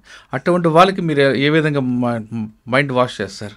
ఐ థింక్ నేనైతే అకాడమికల్లీ వెళ్తానండి. మీరు ఇంత ఫారెస్ట్ ఎంకరేజ్ చేస్తే ఎంత డ్యామేజ్ చేస్తున్నారు అంటే, ఆ ఫారెస్ట్ ఎంక్రోచ్మెంట్ వల్ల ఎంత వాటర్ రీఛార్జ్ అనేది తగ్గిపోతుంది. ఇప్పుడు వర్షం పడితే ఫారెస్ట్ ఉంటేనే కదా భూమిలోకి వెళ్ళేది. సో మీరు ఈ ప్యాచ్ క్లియర్ చేశారు అంటే ఎన్ని నీళ్ళు ఆగిపోయాయి, ఇన్ఫిల్ట్రేషన్, ఎంత డ్రింకింగ్ వాటర్ ఎఫెక్ట్ అవుతుంది, ఎంతమంది ఎఫెక్ట్ అవుతారు. మనం ప్రతిదీ ఇట్లా ఫిగర్స్లో ఇవ్వగలిగితే ఐ థింక్ మనలో చేంజ్ వస్తుందనే అనుకుంటాను. అంటే ఎంక్రోచ్మెంట్ చేయొద్దు, సరే, ఎందుకు చేయొద్దు, దానివల్ల వచ్చే నెగిటివ్ కాన్సిక్వెన్సెస్ అనేది ఒక మ్యాథ్స్, ఒక ఫిగర్స్ కాన్సెప్ట్లో ఇస్తే బాగా ఎక్కుతుందనే అనుకుంటాను నేను. ఓకే, ఇంకా ఫారెస్ట్ అనగానే చెట్లే కాకుండా వైల్డ్ యానిమల్, వాటి మీద మీ ఫోకస్ ఏంటండి? ప్రస్తుతానికి మన ఏపీలో మేజర్ వైల్డ్ యానిమల్ టైగరేనండి. అది నాగార్జున శ్రీశైలం టైగర్ రిజర్వ్ దగ్గరే ఉంది, మిగతా చోట్ల కొంచెం తక్కువే ఉంది. So I think tiger should be. And besides that మనం ట్రీస్ని కూడా చూడాలండి. అంటే ఫారెస్ట్ అంటే వైల్డ్ యానిమల్ ఒక్కటే కాదు, గ్రాస్ ల్యాండ్స్ని కూడా మనం ఫారెస్ట్ లాగా ప్రొటెక్ట్ చేసుకోవాలి. అంటే మనకి ఫారెస్ట్ అనగానే కేరళ మలయాళం మూవీస్లో వచ్చే మొత్తం ఆ గ్రీనే కనిపిస్తుంది, కానీ ఎడారి కూడా ఒక లాంటి ఫారెస్ట్ కేటగిరీ కిందకి వస్తుంది అనేది కూడా మనము మైండ్లో పెట్టుకోవాలన్నమాట. అప్పుడు ప్రతిదాన్ని కాపాడగలం. ఇంకా బర్డ్స్ మీద మీ ఒపీనియన్ అండి? బర్డ్స్ మీద మా ఒపీనియన్, నాకు పెద్ద అవగాహన బర్డ్స్ ఇష్టమా, వైల్డ్ యానిమల్ ఇష్టమా? ఐ థింక్ వైల్డ్ అనిమల్ అండి. బర్డ్స్ ఎగిరిపోతాయి కాబట్టి అనిమల్ పాపం పోదు కొంచెం. So I think animal. Wild యానిమల్లో ఏది బాగా ఇష్టం మీకు? ఎలిఫెంట్. ఎలిఫెంట్ ఎందుకో అదేమన్నదనా? లేదండి, బికాస్ ఇట్ ఈస్ ఆల్సో, అది కూడా చాలా సోషల్లీ ఇంటెలిజెంట్. నేను ఒక టూ ఇంటెలిజెంట్ ఎస్. దానికి అది నడిచిన దాని పాత్ దానికి బాగా తెలుసు. ఎన్నో ఏళ్ల క్రితం నడిచిన పాత్ని కూడా అప్పుడు వచ్చాను కదా అని చెప్పి గుర్తు పెట్టుకుంటుందంట. తన ఫ్యామిలీలో ఎవరైనా చనిపోతే ఫ్యూనరల్ కండక్ట్ చేస్తుంది, అది బూడ్చి దాని మీద పూలు పెడుతుంది. సో అది కూడా మనిషిలానే ఎమోషన్స్ ఉన్నదే. మనము దాన్ని టార్గెట్ చేసి ఏమంటారు క్రాకర్స్ పేల్చి, అక్కడ కొన్ని చోట్ల జరిగింది, ఫుడ్లో క్రాకర్స్ పెట్టి పేల్చి చంపేశారు, అది బికాస్ అది ఫామ్ ల్యాండ్స్ మీదకి వచ్చింది అని. సో అట్లా కాకుండా అది మన ల్యాండ్స్ మీదకి వచ్చింది అంటే అది మనం దాన్ని హ్యాబిటాట్ని ఎంకరేజ్ చేసామనేది మనం గుర్తు పెట్టుకోవాలి, లేకపోతే అది ఎందుకు వస్తుంది. So I think elephants are my favourite animal. Elephant మీద ఎక్కువ మీరు రీసెర్చ్ చేస్తారా? నేను ఒక డాక్యుమెంటరీ కూడా చూసానండి, వేర్ అంటే దాని ఇల్లీగల్ ఐవరీ ట్రేడ్ జరుగుతుంది. హౌ ఏమంటారు, చైనా ఆఫ్రికా నుంచి తీసుకెళ్లే ఐవరీని చైనాలో షో పీస్గా అమ్ముతారు, ఆర్ట్ పీసెస్గా. సో చైనాలో అది లీగల్ అవ్వడం వల్ల ఆఫ్రికాలో ఎలిఫెంట్స్కి చాలా ప్రాబ్లం అయింది. ఇండియాలో ఎలిఫెంట్స్కి టస్క్ ఎక్కువ ఉండదు. సో ఆఫ్రికన్ ఎలిఫెంట్స్ చాలా ఎక్స్టింక్షన్ స్టేజ్లోకి వెళ్ళాయి. వాటి మీద సిరీస్ అట్లా చూడడం అట్లా చేసాం. ఓకే, మీకు బోట్లో ఏమి అడిగారమ్మా? ఫారెస్ట్ గురించి అడిగారా, లేదా మీరు చేస్తున్న ఆర్టీఐ జాబ్ గురించి అడిగారా? ఫస్ట్ క్వశ్చన్ ఒకటేనండి, which is the most corrupt department, is it transport are police అని అడిగారు. మీరేం చెప్పారు? నేను బోత్ అని చెప్పాను. ఎందుకండి సింగిల్ అవుట్ ఎందుకు చేయాలి ట్రాన్స్పోర్ట్ ఒకటినే? మీరు కరప్షన్ డిపార్ట్మెంట్లో ట్యాగ్ తీసుకుంటే ఆర్టీ అనేది 6th or 7th ఉంటుంది, పోలీస్ అని 10th ఉంటుంది, first revenue, sub registrar. Actually different different చెప్తాయండి. ఒక స్టాటిస్టిక్స్లో అయితే టాప్ 10లో ట్రాన్స్పోర్టే లేదు. టాప్ 10లో లేదు, తర్వాత ఉంటుంది. అంటే మీరు అన్నది పోలీస్ అండ్ ఆర్టీఏ ఎక్కువ కరప్షన్ ఎందుకు అంటారంటే ఈ రెండు విజిబుల్ కరప్షన్. కరెక్ట్ అండి. మిగతా డిపార్ట్మెంట్ అన్ని కూడా అండర్ గ్రౌండ్ బయటికి రావు. ప్లస్ రెండు వైపులో కూడా అక్కడ విక్టిమ్ ఉండడు, ఇక్కడ ఒక విక్టిమ్ ఉంటాడు, ఒకడు బెనిఫిషియర్ ఉంటారు. కాబట్టి ఆర్టీఏ అండ్ పోలీస్ విజిబుల్ దీంట్లో ఎక్కువగా కనిపిస్తుంటాయి. మీరు అది చెప్పకుండా రెండు అని చెప్పారా? నేను రెండు అని చెప్పాను. ఏమన్నారు వాళ్ళు? నవ్వారు. అండ్ తర్వాత డాఫ్ మీదకి వెళ్ళారు. డాఫ్ రెజ్యూమే ఉంటుంది కదా, దాని మీద అడిగారు. నేను వైల్డ్ లైఫ్ డాక్యుమెంటరీస్ అని రాశాను, అందులో వయలిన్ కూడా ప్లే చేస్తాను, అంటే బేసిక్గా ప్లే చేస్తాను, అది రాశాను. ఆయన రెండు లింక్ చేసి వైల్డ్ లైఫ్ డాక్యుమెంటరీస్లో ఏ ఇన్స్ట్రుమెంట్స్ ప్లే చేస్తారు చెప్పు అని అడిగారు. It was a very unexpected question అనమాట. అలా అడిగారు. దెన్ అంటే నోటబుల్ క్వశ్చన్స్ కొన్ని ఉన్నాయండి. నేను ఫ్లూట్ వాయిస్తారు, రీజన్ బట్టి కూడా ఉంటుంది. ఆఫ్రికాలో అయితే బీట్స్ వేరేలా ఉంటాయి, డ్రమ్స్ ఎక్కువ వాయిస్తారు, అట్లా రీజన్ బట్టి ఉంటుంది. వెనకాల బ్యాక్గ్రౌండ్ బట్టి కూడా, ఇప్పుడు అటాక్ అయ్యేటప్పుడు ఒకలా ఉంటుంది. అలా నెక్స్ట్ అప్పుడే పహల్గామ్ అటాక్ జరిగిందండి కాశ్మీర్ది. సో నన్ను అడిగారు ఈ టైంలో, ఇప్పుడు శ్రీనగర్లో will you conduct an IPL match if you are the authority there అంటే నేను చెప్పాను సార్, అంటే do you think it is good or bad అని అన్నారు. నేను చెప్పాను sir it is both good and bad. It is good majorly because it sends a signal to the world that India is capable of conducting a match in such a sensitive zone. అని చెప్పాను. But it also requires security arrangements. ఇప్పుడు army అంతా బార్డర్లో deploy అయి ఉంటుంది, and majorly we need local Kashmiri support. అది లేనిదే మనము అంత పెద్ద ఈవెంట్ కండక్ట్ చేయలేము అని చెప్పాను. అది చెప్పినప్పుడు నాకు యాక్చువల్లీ కొంచెం భయం వేసిందండి. అంటే నేను అంటే ఓవర్లీ అంబిషియస్గా మాట్లాడానా, సంథింగ్ ఫీజిబుల్గా లేదా అన్నట్టు. లేదు, మీరు కరెక్ట్గా చెప్పారు. ఎలా అంటే వాడు ఇండియన్ టూరిజం మీద దెబ్బకూడదని అనుకుంటున్నప్పుడు మనం అది మర్చిపోయాం అనే విషయాన్ని మనం పంపాలంటే ఐపీఎల్ మ్యాచ్ అవ్వాలి, సినిమా షూటింగ్ అవ్వాలి, మేము ప్రతి డిమోరలైజ్ Indian కూడా అవ్వలేదు అని చెప్పడానికి. అదే మేము ఎక్కడ డిసప్పాయింట్ అవ్వలేదు అని మనకు మెసేజ్ పంపడానికి సినిమా షూటింగ్ అవ్వాలి, ఐపీఎల్ మ్యాచ్ అవ్వాలి, అక్కడ ప్రతి ఇండియన్ రెగ్యులర్ గా జరిగేవన్నీ జరగాలి, ఎకానమీ హిట్ అవ్వకుండా. అయితే అప్పుడు ఒక మెసేజ్ పోతుంది. మీరు చెప్పింది కరెక్ట్ చెప్పారు. అండ్ అఫ్ కోర్స్ దాంతో పాటు సెక్యూరిటీ చూడాలి, లోకల్ కాశ్మీరీ సపోర్ట్ ఖచ్చితంగా ఉండాలి అని చెప్పాను. అంటే మీరు ఐఏఎస్ అవ్వాల్సింది ఐఏఎస్కి వస్తున్నారు అయితే. ఓకే, నెక్స్ట్ ఇంకేం అడిగారు? నెక్స్ట్ లుక్స్ మీద అడిగారండి. Basically this interview is a very big thing for me. ఎందుకంటే ఆ రోజు నేను డార్క్ కలర్ శారీలో వెళ్ళాను. అంటే ఇప్పుడు మ్యాంగో బైట్ ఉంటుంది కదా, కొంచెం ఆ కాంబినేషన్ అనమాట. సో అందరూ లైట్ కలర్స్లో వస్తారు ఉమెన్ అంతా, బట్ నేను డార్క్ కలర్లో వెళ్ళాను. ఆయన ఈ చాయిస్ ఆఫ్ శారీ గురించి అడిగారు, ఎందుకు ఇది చూస్ చేసుకున్నావు అని. మా మదర్ చాయిస్ అండి అంటే అప్పుడు వాళ్ళు అన్నారు, అసలు కలర్ ఎందుకు మ్యాటర్ అవ్వాలి, లుక్స్ ఎందుకు మ్యాటర్ అవ్వాలి ఒక ఇంటర్వ్యూకి. నీకే కనుక ఒక అబ్బాయి, ఇప్పుడు నార్త్లో అంతా ఎక్కువ ఫెయిర్ స్కిన్ వాళ్ళకి వెళ్తారు కదా అబ్బాయిలు, do you thinks looks should matter అన్నట్టు అట్లా క్వశ్చన్ వెళ్ళిందనమాట. నేను చెప్పాను కలర్ మ్యాటర్ అవుతుంది, బికాస్ ఇంటర్వ్యూలో కొన్ని కలర్స్ మోర్ యాప్ట్ ఉంటాయి. Like blue gives a very coming effect, blue colour అనేది. సో బ్లూ ఎక్కువ వేసుకుంటారు. అండ్ లుక్స్ గురించి అడిగినప్పుడు నేను చెప్పాను, అంటే సోషల్ మీడియా వల్ల ఎక్కువ ఈ కాన్షియస్నెస్ అనేది వచ్చింది, కలర్ లుక్స్ అనేది, ఇంతకుముందు అది లేదు. And if a guy comes to an alliance, నాకు ఇట్లా మ్యారేజ్ ప్రాస్పెక్ట్స్లో ఎవరన్నా ఇంత ఫెయిర్ అమ్మాయి కావాలి అని అడిగినప్పుడు నేను, అంటే నువ్వేం చెప్తావు అని అడిగారు. ఆ క్వశ్చన్ అడిగి నేను చెప్పాను, కొన్నిసార్లు లుక్స్ మ్యాటర్ అవుతాయి, నేను అవుట్ రైట్గా అవ్వదు అని అయితే చెప్పను, మ్యాటర్ అవుతాయి, కానీ I also want the person to know the personality inside me. అంటే బయట ఎక్స్టర్నల్గా బాగుంది ఓకే అని చెప్పడం అట్లా కాదు కదా అని, అట్లా కాన్వర్జేషన్ వెళ్ళిందనమాట. I think they seemed happy with that. Next major ఒక క్వశ్చన్ ఎక్కడ అయిందంటే అండి, మిర్రర్ రైటింగ్ నా హాబీ. మిర్రర్ రైటింగ్ అంటే ఇప్పుడు అంబులెన్స్ మీద రివర్స్లో ఉంటుంది కదా, నేను అట్లా రాయగలను, ఐ కెన్ రైట్ అనమాట. పేజ్ తిప్పి చూస్తే నార్మల్గా కనిపిస్తుంది, లేకపోతే ఫోటో సెల్ఫీ తీస్తే కనిపిస్తుంది. వాళ్ళు మిర్రర్ రైటింగ్ ఏంటి అంటే చెప్పాను, ఇట్లా ఇది హాబీ అంటే అల్జైమర్స్కి హెల్ప్ చేస్తుంది అని వాళ్ళే మాట్లాడుకున్నారు బోర్డులో వాళ్ళే. నేను అక్కడ పేపర్ పెన్ ఉంది, ఇప్పుడు పేపర్ పెన్ ఉంది అంటే నేనేదో చూపించచ్చు కదా, అంటే దే ఆర్ ఆల్సో ఎక్స్పెక్టింగ్ నీకు ఛాన్స్ ఇస్తే నువ్వేమైనా రాసి చూపిస్తావా అన్నట్టు.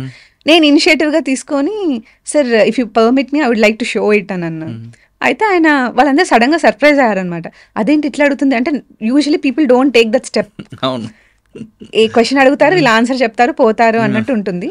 సో ఇదేంటి ఇట్లా అడుగుతుంది అని చెప్పి వాళ్ళు ఓకే అన్నారు. నేను రాయబోతుంటే అప్పుడు చైర్మన్ అన్నారు, see she is waiting for this moment అన్నాడు. అంటే అమ్మాయి దీనికోసమే వెయిట్ చేస్తుంది. అసలు ఆ క్వశ్చన్ అది అన్నప్పుడు నాకు అసలు నవ్వాలా ఏం చేయాలి అన్నట్టు ఉన్నింది. నేను రాశాను, వాళ్ళు చూసారు, ఓకే ఒక సెంటెన్స్ ఇచ్చి రాయమన్నారు. అంటే I attended the interview at UPSC on this date అన్నట్టు రివర్స్ లో రాశాను. So I think they were impressed with that. And red Sanders మీద అడిగారు దాని తర్వాత. ఇప్పుడు అదే మన మూవీ పుష్ప మూవీ ఇది, ఇప్పుడు నువ్వు రెడ్ శాండర్స్ స్మగ్లింగ్ ఎట్లా తగ్గిస్తావు అని అడిగారు. ఇప్పుడు చాలా మెకానిజమ్స్ ఉన్నాయి, బట్ నేనే కనుక if I become a DFO of that area, ఇప్పుడు ఒక కాన్సెప్ట్ వచ్చిందండి, ప్రతి చెట్టుకి ఒక చిన్న సెన్సర్ పెట్టేస్తారంట. సో ఒక చెట్టు కొట్టేసినప్పుడు ఆ సెన్సర్ వైబ్రేట్ అవుతుందంట. అది సిగ్నల్ టవర్కి వెళ్ళిపోతుంది, అక్కడ నుంచి హెడ్ క్వార్టర్స్కి వెళ్ళిపోతుంది. అప్పుడు మొత్తం బెటాలియన్ అంతా దిగి ఏమంటారు స్మగ్లింగ్ ఆపడం అనేది ఒక మంచి ఐడియా. అది నేను చెప్పాను. So they were happy about that. అంటే ఓవరాల్గా నాకు ఏమనిపించిందంటే అండి, కామ్నెస్, ఇనిషియేటివ్ తీసుకోవడం, నేను రాసి చూపించడం కానీ, ఒక ఛాలెంజ్ని ఎలా పాజిటివ్గా కన్వర్ట్ చేయొచ్చు, లైక్ పెహల్గామ్ అటాక్ కానీ అవన్నీ, అండ్ ఎంత బ్రాడ్గా ఆలోచించగలము అనేది, ఈ 4 things I think were the reasons why I got a very good score అనేది అనిపిస్తుంది. స్కోర్ తక్కువ వచ్చినా ర్యాంక్ వచ్చేదే, కానీ అంత మంచి ర్యాంక్ రావడానికి ఐ థింక్ ఇంటర్వ్యూ స్కోర్. బోట్లోకి వెళ్ళావు, ఐ కాంటాక్ట్ ఎవరికి ఇచ్చావు? ఇది యాక్చువల్లీ మీరు చాలా కరెక్ట్గా అడిగారండి. నేను ఐ కాంటాక్ట్ అడిగిన వాళ్ళకి ఇస్తున్నాను అనమాట. అప్పుడు చైర్మన్ అన్నారు, సి షీఈస్ లుకింగ్, నేను అడుగుతుంటే నన్నే చూస్తుంది కదా, this is a very nice thing. కానీ కొంతమంది ఉన్నారు, క్వశ్చన్ నేను అడిగితే పక్కన వాళ్ళని అందరినీ చూస్తున్నారు ఎందుకు అంటే మనం మాక్ ఇంటర్వ్యూస్కి వెళ్ళినప్పుడు కొన్నిసార్లు చెప్తారనమాట 30 సెకండ్ దాటగానే మారుస్తూ ఉంటారు మార్చమని చెప్తారు వాళ్ళే బట్ ఆ రోజు బోర్డులో నాతో అన్న మాట ఆయన అన్నారు ఆయన ఇది మీరు అట్లా చూడకూడదు అడిగింది నేనైతే నన్ను చూడాలి కానీ అందరినీ చూస్తే ఇట్ లుక్స్ వెరీ వియర్డ్ అన్నట్టు అన్నారు అంటే నేను ఆయనే చూస్తున్నాను. కొంతమంది ఏం చెప్తారంటే లెంగ్తీ ఆన్సర్ ఉన్నప్పుడు మన ఐకి మారుస్తుంటాం కదా ఒకరిని చూస్తుంటే వాళ్ళకి ఇబ్బంది ఉంటుంది అంటారు. ప్రాబబ్లీ అండి బట్ వాళ్ళు నాకు డైరెక్ట్ గానే చెప్పారు దట్ కొంతమంది ఇట్లా చేస్తారు చెయ్యొద్దు అని. మంచి క్వశ్చన్ వచ్చింది. ఆయన అంతకు ఆయనే చెప్పేశారు అనమాట. సార్ యాక్చువల్గా ఇంటర్వ్యూ అనేది మీ యాటిట్యూడ్ గురించి తప్పించి మీకున్న సబ్జెక్ట్ మీద ఎందుకంటే ఆల్రెడీ మీరు మెయిన్స్ రాశారు అంత ఫిల్టర్ అయిపోతుంది. ఇక్కడ మీకు బాడీ లాంగ్వేజ్ ఏం నేర్పిందండి కూర్చునే పొజిషన్ లో కానీ లోపలికి ఎంటర్ అవుతున్న కానీ ఇంటర్వ్యూ అయిపోయిన తర్వాత మీ చైర్ మూవ్మెంట్ కానీ ఏం నేర్పించింది? ఫస్ట్ వాళ్ళు కూర్చో అని చెప్పేంత వరకు కూర్చోవద్దు. కూర్చున్నా కూడా ఐ థింక్ మరీ రిలాక్స్డ్గా కూడా కూర్చోవద్దు అనిపిస్తుందండి బికాస్ కొంచెం ఇన్ఫార్మల్ అయిపోతుంది. కొంచెం పోస్చర్ స్ట్రైట్గా పెట్టి అప్పుడు అటెంటివ్గా ఉంటాం మనం ఆన్సర్ చేసేకి.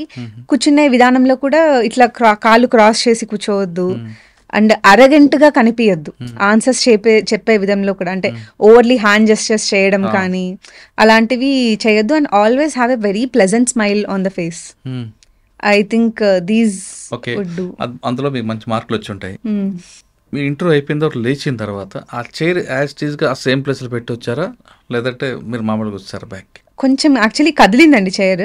నేను ఇప్పుడు కొంచెం ఇట్లా పక్కకు అనేసి పొజిషన్ పెట్టే వచ్చాను. అది మీకు మంచి మార్కులు వచ్చాయి. ఓకే, బయటకు వచ్చారు అంతా అయిపోయింది జాయిన్ అయిపోయారు. ఇప్పుడు మీకు పెద్ద ఇప్పుడు ఇంకో టాస్క్ ఏంటి బయటకు వచ్చిన తర్వాత? క్వశ్చన్స్ ఏమి అడిగారు ఏమి అనేది నేనే లాస్ట్ అండి ఆ రోజు. 4:30 ఇంటర్వ్యూ ఈవినింగ్ 4:30 నుంచి 5 వరకు జరిగింది. 35 minutes జరిగింది. సో మా మదర్ వెయిట్ చేస్తున్నారు బయట. అంటే చాలా మిక్స్డ్గా జరిగిందండి. అంటే నన్ను ఎక్కువ గ్రిల్ చేశారు అనిపించింది ఇంటర్వ్యూలో. నన్ను ఒక క్వశ్చన్ అడిగారు కదా, లాస్ట్ పర్సన్ నువ్వే కదా ఇంటర్వ్యూలో, హౌ డస్ ఇట్ చేంజ్ అంటే మిగతా వాళ్ళతో కంపేర్ చేస్తే నీకు ఎలా ఉంటుంది అనుకుంటున్నావు అంటే నేను చెప్పాను ఐ థింక్ నాకు ఇంకా మంచి క్వశ్చన్స్ అడుగుతారు అనిపిస్తుంది అని. ఓకే అంటే ఆయన అన్నారు పాజిటివ్గా ఉండొచ్చు కానీ మరి ఇంత పాజిటివ్గా ఉంటే ఎలా అన్నట్టు అక్కడితో ఎండ్ అయింది. ఇంకేముందా మీ గోల్? ఇంకా ఫారెస్ట్ సర్వీస్ మీద అందులో ఏం సాధించాలనుకుంటున్నారు? ఐ థింక్ ఇంకా కొంచెం నేను కొంచెం రీసెర్చ్ వైపు పోదాం అనుకుంటున్నానండి. నేను టెక్నికల్లీ అంత సౌండ్ కాకపోవచ్చు ఫారెస్ట్లో బికాస్ నేను ఆ బ్యాక్గ్రౌండ్ నుంచి రాలేదు. But I want incentivise the same. అంటే ఇప్పుడు కాలేజ్లో ఇంటర్న్స్ చేసే వాళ్ళు కానీ వాళ్ళు ఇంకా ఎక్కువ నాలెడ్జ్ ఉంటుంది ఇప్పుడు ఏఐ వాడి డేటా అనలిటిక్స్ వాడి అట్లా. సో వాళ్ళకి ఫినాన్షియలీ ఇన్సెంటివ్ ఇచ్చి I want them to study on forest. దీని ద్వారా అవేర్నెస్ కూడా వస్తుంది అండ్ వాళ్ళకు కూడా ఒక మంచి సర్వీస్ చేసినట్టు ఉంటుంది. సర్వీస్ అంటే ఓన్లీ మనుషులకే అనేది మనము ఆ కాన్సెప్ట్ నుంచి బయటికి రావాలండి. It is forest is also very long term investment. అది బాగుంటేనే మీకు వాటర్ కానీ ఎయిర్ కానీ దాని నుంచి వచ్చే అన్ని మెటీరియల్ ఆస్పెక్ట్స్ కూడా. సో ఐ థింక్ మీరు పాజిటివ్ మైండ్ సెట్ ఉన్నారు కాబట్టి అందరూ మీలాగే ఉండాలంటే ఒక కాన్సెప్ట్ ఉంది. ఉత్తరాఖండ్ మీరు వెళ్తారు రాబోయే కాలంలో, అక్కడ మీకు డైరెక్ట్ ట్రైనింగ్ ఉంటుంది. ఉత్తరాఖండ్లో ట్రీ హగ్ అని ఒక కార్యక్రమం ఉంటుంది. అంటే మనలో ఎనర్జీని తీసుకురావడానికి పాజిటివ్ నెగిటివ్ అంతా పోవడానికి అక్కడ ఉత్తరాఖండ్లో చెట్టుని హగ్ చేసుకుంటారు. బహుగుణ గారు పెట్టిన కాన్సెప్ట్, జర్మనీ అనుకుంటాం. ఆ కాన్సెప్ట్ని ఇక్కడ ఏపీలో కూడా అడాప్ట్ చేస్తారా మీరు? ఐడియా ఉంది? చిప్కో మూవ్మెంట్ అని అంటారు. ఇట్లా హగ్ చేసుకొని కట్ చేయొద్దు ట్రీస్ ని, ట్రీ ఫెల్లింగ్ చేయడం కాదు, మనలో మన ఆ వైబ్రేషన్ మనం తీసుకొని మన నెగటివ్ పాయింట్ బయటికి పంపించండి. డెఫినెట్లీ అండి దట్ వర్క్స్. అది పర్సనల్ కనెక్ట్ ఆలోచిస్తున్నారు కాబట్టి చెప్తున్నా. పర్సనల్ కనెక్ట్ అనేది తెప్పియచ్చు. ఐ థింక్ ప్రతి మనిషికి ఒక చెట్టు నేర్పుతుందండి. మొక్క మనకి మన జీవితాన్ని నేర్పుతుంది. మొక్కను చూసే నేర్చుకోమంటారు. అందుకే మీరు అదే కాన్సెప్ట్ వెళ్తారా? డెఫినెట్లీ అండి, ఎస్. అండ్ ఇప్పుడు ఊర్లో ఉంటే తప్ప చెట్టు అనేది అసలు తెలియట్లేదండి. ఉన్న చెట్లు కూడా అన్ని ఆర్టిఫిషియల్ ఉంటున్నాయి. అంటే నేటివ్ స్పీషీస్ ఉండట్లేదు. ఇప్పుడు హైదరాబాదే చూస్తే కొనకార్పస్ ఎక్కువ ఉంటుంది. అది ఏమి నేటివ్ స్పీషీ ఏమి కానీ దానివల్ల ఉన్న బెనిఫిట్ ఒకటి ఉంది. మీ కోనోకార్పస్ కావచ్చు, లేదా న్యాచురల్గా మీ సీతాఫలాలు మనం తీసుకోండి. కోనోకార్పస్లో ప్లస్ ఒకటి ఉంది, మైనస్ ఉంది. మైనస్ ఏంటంటే దాని మీద ఒక చెట్టు, ఒక పిట్ట కానీ ఏవి వాలవు, ఒక కాయ ఉండదు, పండు ఉండదు, కాబట్టి వాలవు. దానివల్ల ఏం బెనిఫిట్ అని కొంతమంది అంటారు. లేదు న్యాచురల్గా సీతాఫలాలు లేదా రాగి చెట్టు అనుకుంటే ఆ పువ్వులు కాయలు ఉంటాయి, పక్షులు వాళ్తాయి, దాంతో ఎకో సిస్టమ్ వస్తుంది. కానీ తొందరగా పెరిగేది కోనోకార్పస్. దీంట్లో ఆ ట్రంక్లో ఆక్సిజన్ లెవెల్స్ ఎక్కువ ఉంటాయి కాబట్టి కోనోకార్పస్ ప్రమోట్ చేస్తున్నామని గవర్నమెంట్ అంటారు. కానీ యాక్చువల్గా అది దుబాయ్ ఆ కంట్రీకి సంబంధించిన, అందుకని ఆ ఎడారిలో పెరిగే చెట్టు అది. ఇక్కడ మీరు చెప్తున్న కర్నూలు కానీ లేదంటే ఆంధ్రప్రదేశ్ కానీ ఈ చెట్టు ఉంటుంది. మరి మీరు న్యాచురల్గా దానికి ఇస్తారా, దీనికి వాల్యూ ఇస్తారా? న్యాచురల్ అనే చెప్తానండి. అంటే ఇప్పుడు చాలా లేట్ అవుతుంది కదా. But it's long term sustainable forest కదండి. మనం వెంటనే ఏమంటారు, షార్ట్ టర్మ్లో అది పెరిగిపోవాలి, మెయింటెనెన్స్ తక్కువ. ఇప్పుడు టౌన్షిప్స్లో అపార్ట్మెంట్స్లో అది చాలా ఈజీగా మెయింటైన్ చేయగలం. అట్లా అని చెప్పి పెట్టేస్తే వాటర్ డిప్లిషన్ కూడా ఎక్కువ అవుతుంది, అది వాటర్ కూడా చాలా ఎక్కువ తీసుకుంటుంది. అండ్ ఎవరికి యూస్ కూడా లేదు. వేరే న్యాచురల్ లైఫ్ అన్ని ట్రీస్ ఇస్తున్నాయి కదా, ఎక్కువ ఉంటుందేమో, బట్ ఇట్స్ ఓకే. లాంగ్ టర్మ్లో it will be fine.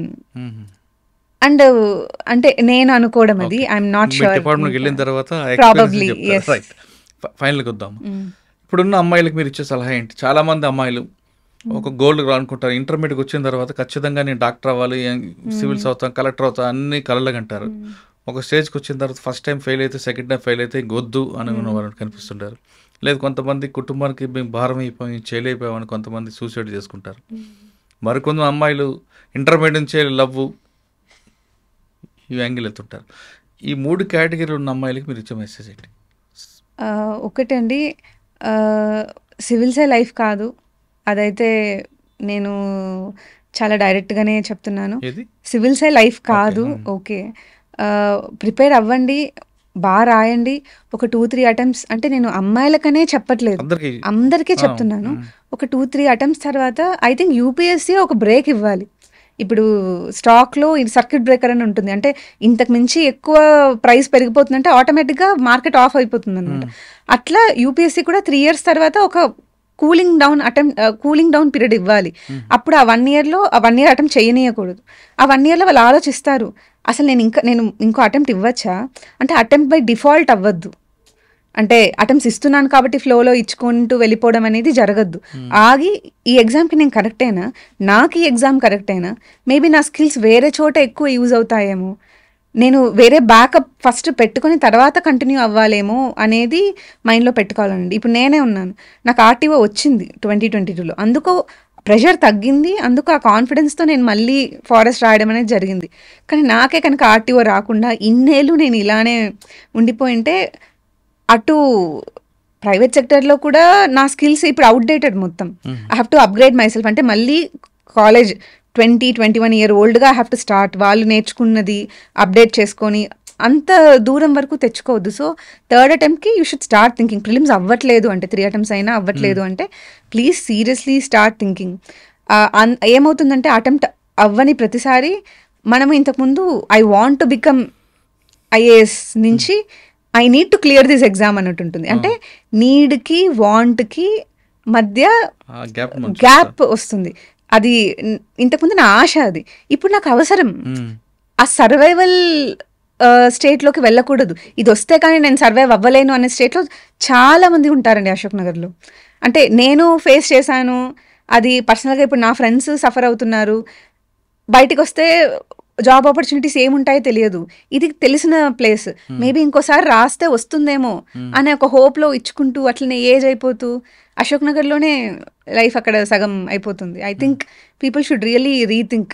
సివిల్సే life కాదు అనేది అయితే వాళ్ళు మైండ్లో పెట్టుకోవాలి. నన్ను ఇన్స్పిరేషన్గా తీసుకోకపోయినా పర్లేదు, కానీ అంటే ఏమంటారు, my journey can be inspiring, but please take it with a pinch of salt. నేను ఇన్నేళ్ళు చదివాను కాబట్టి ఇన్నేళ్ళు చదివితే అక్కకు వచ్చింది, సో నేను రాస్తే వస్తుంది అనే కాన్సెప్ట్లో అయితే ఉండద్దు. ప్లీజ్ మధ్యలో వద్దనుకుంటే యూ కెన్ లీవ్. అంటే సివిల్సే లైఫ్ కాకుండా మధ్యలో ప్లాన్ బి పెట్టుకోమంటారా? ఖచ్చితంగా పెట్టుకోవాలండి. అది వాళ్ళు ఇచ్చే పోస్ట్ల ప్రకారమే కొంతమంది అవుతారు. ఇక్కడ 20 లక్షల మంది రాస్తే కొంతమంది అవుతారు, మిగతా వాళ్ళు ఎందరూ they bound to get eliminated. అట్లాంటప్పుడు దీన్నే నమ్ముకొని ఇప్పుడు స్టేట్ సర్వీసెస్ని నమ్ముకోలేము. కేసుల మీద కేసులు పడతాయి, పోస్ట్పోన్ల మీద పోస్ట్పోన్ అవుతాయి. ఎంత అని చెప్పి ఇంట్లో వాళ్ళన్నా మనల్ని సపోర్ట్ చేయగలరు? ఓకే, ఇంక సెకండ్ అడిగా మీకు వద్దు జీవితాన్ని సూసైడ్ చేసుకునే వాళ్ళకని మీరేం చెప్తారా? ఇంకా అసలు అంత దూరం ఆలోచించినప్పుడు అసలు సివిల్ సర్వీసెస్ కరెక్టే కాదండి. అందులో ఉన్న ప్రెషర్ అసలు వేరు. ఇప్పుడు జనాలు కానీ ప్రొటెస్ట్లు కానీ అవన్నీ హ్యాండిల్ చేయగలంటే మెంటల్లీ చాలా స్ట్రాంగ్ ఉండాలి. ప్రిపరేషన్ లెవెల్లోనే మనము డీలా పడుతున్నాము అన్నప్పుడు maybe this is not your cup of tea. Accept చేసి దీన్ని ఫెయిల్యూర్లా తీసుకోకూడదు. ఇది నాది కాదంతే, నేను వేరే చోట ఇంకా బాగా సక్సీడ్ అవుతానేమో అంటారు కదా. నేను ఒక చోట చదివాను, ఇప్పుడు I don't no if this is true, Microsoft CEO గారు సత్య నాదెల్ల గారు, ఆయన కూడా సివిల్స్ రాశారంట. 2-3 టైమ్స్ ఏదో రాశారు, ప్రిలిమ్స్ అవ్వలేదు, వెళ్ళిపోయారు. ఇప్పుడు ఆయన CEO అయ్యారు కదా. ఇది కాకుంటే నా లైఫ్ లేదు అనుకోవడం కళ్ళ. ఓకే, మూడో పాయింట్, అసలు ఇంటర్మీడియట్ నుంచే 10th క్లాస్ నుంచే లవ్వులు, ఇదే జీవితం, సినిమా ప్రపంచం చూస్తూ ఆ కలర్ రంగుల ప్రపంచం చూసుకుంటూ బతుకుతుంటారు. అటువంటి వాళ్ళకి మీరేం మెసేజ్ ఇస్తారండి? అంటే ఒకటండి, అదొక స్కూల్స్ డేస్ నుంచే మీరు ఉన్నారు, కొంతమంది ఉన్నారు, స్కూల్ డేస్ నుంచి వాళ్ళకి ఒక గోల్ ఉంటుంది, మనం ఖచ్చితంగా అవ్వాలి అనుకున్నప్పుడు ఇంటర్మీడియట్ డిగ్రీ నుంచి వస్తారు. అంటే ఇంటర్మీడియట్ లైఫ్ అనేది మెచ్యూర్ కాని లైఫ్ కాబట్టి రకరకాలు వెళ్తుంటుంది. 10th క్లాస్ 7th క్లాస్ అని లవ్వులు పువ్వులు అనుకుని వెళ్తున్న వాళ్ళకి, ఇంటర్మీడియట్ వచ్చాక ఇదే జీవితం పెళ్ళి అయిపోయింది అనుకున్న వాళ్ళకి, ఆ విధంగా ప్రవర్తిస్తున్న అమ్మాయిలకు కానీ అబ్బాయిలకు కానీ మీరు ఇచ్చే మెసేజ్ ఏంటి? ఒకటండి, అసలు అవి పర్మనెంటే కావు. దాని తర్వాత మీరు లైఫ్ చాలా చూస్తారు, చాలా ప్లేసులకు వెళ్తారు, చాలా చదవడం జరుగుతుంది. సో మీ మైండ్ మారిపోతుంది అనమాట. సో మీరు ఇప్పుడున్న ఎటువంటి రిలేషన్షిప్స్ కానీ ఏవైనా నిల్చోవు. మీరు టెంపరీగా ఏదో ఒక డిస్ట్రాక్షన్ చూస్తున్నారే కానీ అవి సస్టైనబుల్ కావు. ముందు మీ కెరియర్ మీద ఫోకస్ చేయాలి, మిమ్మల్ని మీరు ఎంప్లాయబుల్గా చేసుకోవాలి, దాని తర్వాతే ఏదైనా అని చెప్తాను. అట్లీస్ట్ గ్రాడ్యుయేషన్ వరకైనా ప్లీజ్ వెయిట్ అనే చెప్తాను నేను. అండ్ ఇంకొక పాయింట్ అండి, అంటే నేను ఇది పర్సనల్గా నోటీస్ చేసింది, graduation when you are choosing civil services ఓరియంటేషన్తో ఏమంటే 3 year 5 year కోర్సెస్ అని వస్తున్నాయి. నన్ను అడిగితే please find a graduation which makes your self employable. Civil services కాకుంటే నేను ఇంకో చోట గడవగలను అనేది మైండ్లో పెట్టుకొని మీ గ్రాడ్యుయేషన్ సబ్జెక్ట్ ఎంచుకోవాలి. కానీ సివిల్ సర్వీసెసే మెయిన్గా పెట్టుకొని నా గ్రాడ్యుయేషన్ కూడా నేను అలానే చూస్ చేసుకుంటాను అనడం it's not a good thing. అంటే ఇప్పుడు నేను చూస్తున్న ట్రెండ్ అది 3 year 5 year courses, especially rural ఏరియాస్లో టార్గెట్ ఎక్కువ జరుగుతుంది. వాళ్ళకి తెలియదు, యూట్యూబ్లో ఏం చెప్తే అదే కరెక్ట్ అనేసుకుంటారు. సో వాళ్ళు ఈజీ టార్గెట్ అనమాట. So I think people should rethink when advertisements ఇలాంటివి ఏమన్నా వచ్చినా. ఓకే, మరొక ఫైనల్ క్వశ్చన్, కడప నుంచి అనంతపురం నుంచి కడప మీద నుంచి హైదరాబాద్ వచ్చి పాస్ అయ్యామా, కానీ సివిల్స్ రాయాలంటే ఆర్టీసీ క్రాస్ రోడ్ ఉండాల్సిందే లేదా ఢిల్లీ వెళ్ళి ఉండాల్సిందే చాలామంది భావిస్తారు. అది కరెక్ట్ అంటారా? ఇప్పుడు ఎక్కడైనా చదవచ్చండి, బట్ నాకున్న ఎక్స్పీరియన్స్లో నేను విన్న ఇదిలో మెయిన్స్ ప్రిపరేషన్ వరకు ఢిల్లీ చాలా బాగుంటుందనే అంటారు.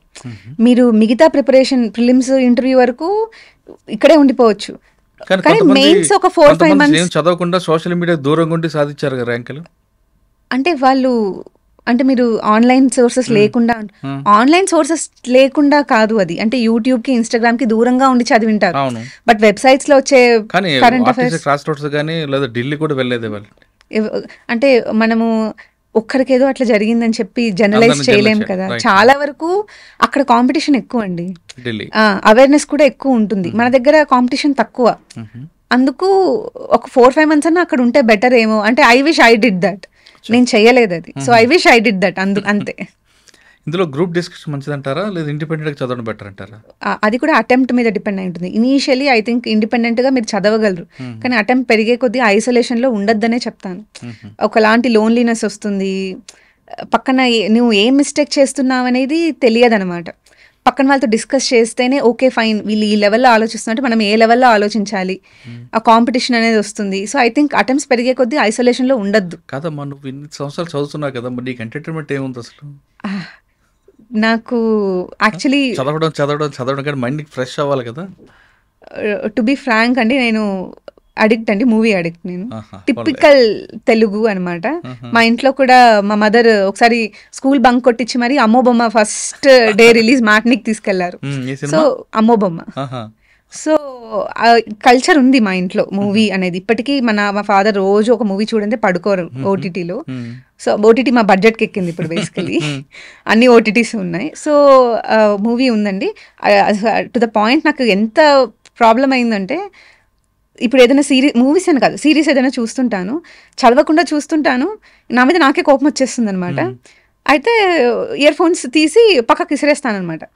కానీ ఐ కెన్ గో మళ్ళీ ఒక 1 అవర్కి మళ్ళీ తెచ్చుకొని చూస్తాను. ఇట్లా కాంచి ఒకసారి ఇయర్ ఫోన్స్ కట్ చేశాను. ఒక 1 డే ఏదో వర్కౌట్ అయింది. దాని తర్వాత నాకు ఐడియా వచ్చింది, సౌండ్ లేకుండా కూడా నేను చూడొచ్చు కదా సబ్ టైటిల్స్ పెట్టుకొని. So I started watching with sub titles అనమాట. ఇంకా ఇట్లా కాదని చెప్పి లాగౌట్ చేసేసాను. ఆ సిరీస్ కంప్లీట్ అవ్వలేదు. అప్పుడు ఏం చేశాను, సిరీస్ని షార్ట్గా చెప్తున్నారు ఇప్పుడు యూట్యూబ్లో కొత్తగా. ప్రతి మూవీని 5 minutesలో అట్లా చెప్పేస్తున్నారు. I started watching those. ఇది కూడా కాదని చెప్పి యూట్యూబ్ కూడా తీసేసినాక లాస్ట్కి వికీపీడియాలో ప్లాట్ చదివేయడం చేశాను. I had a fair share of this phase అనమాట. దాని తర్వాత కంట్రోల్ జరిగింది. ఒక పాయింట్లో చాలా ఎక్కువ ఉండేనండి. సినిమా చూడకుండా నిద్ర పడ్డారు అస్సలు. సరే, ఐశ్వర్యకి ఇష్టమైన ఫుడ్ ఏంటి? ఫుడ్ అంటే నార్మల్ అండి, పానీపూరి, బిర్యానీ, మ్యాగీ. కడప రాయలసీమ ఫుడ్ ఉండదా? అంటే అవి ఎప్పుడు తినేవే కదా, మా ఇంట్లో చాలా రెగ్యులర్ గానే చేస్తారు. ఏం చేస్తారు? సంగటి ముద్ద, నాటుకోడి, అంటే వెజ్జే, ఎక్కువ వెజ్జేనండి. వంకాయ కూర, మిర్చి మసాలా, అవునండి, ఉగ్గాని బజ్జీ, బొరుగుల తిరాత. సివిల్ సర్వీస్ అనేది ఒక ప్రాధాన్యత కాదు, ఖచ్చితంగా దానికి ప్లాన్ బి పెట్టుకొని చదవండి అంటారు ఐశ్వర్య. ఆమె కేస్ స్టడీ అందరికీ రోల్ మోడల్. ఆమె ఉద్యోగం చేస్తూనే చదివారు, కేవలం చదవడం కోసమే ఆమె సినిమాలు చూశారు. రకరకాల మోటివేట్లు తీసుకుంటే ఆమె ఒక రోల్ మోడల్ కనిపిస్తుంది. ఆమె స్టోరీ అనేది అందరికీ లైక్ చేస్తుంది. ప్రతి ఒక్కరు కూడా సివిల్స్ రాస్తాం, కలెక్టర్ అవ్వాలి, ఐపీఎస్ అవ్వాలనుకుంటారు, కానీ అది రీచ్ అవ్వడం కష్టం అనిపిస్తుంది.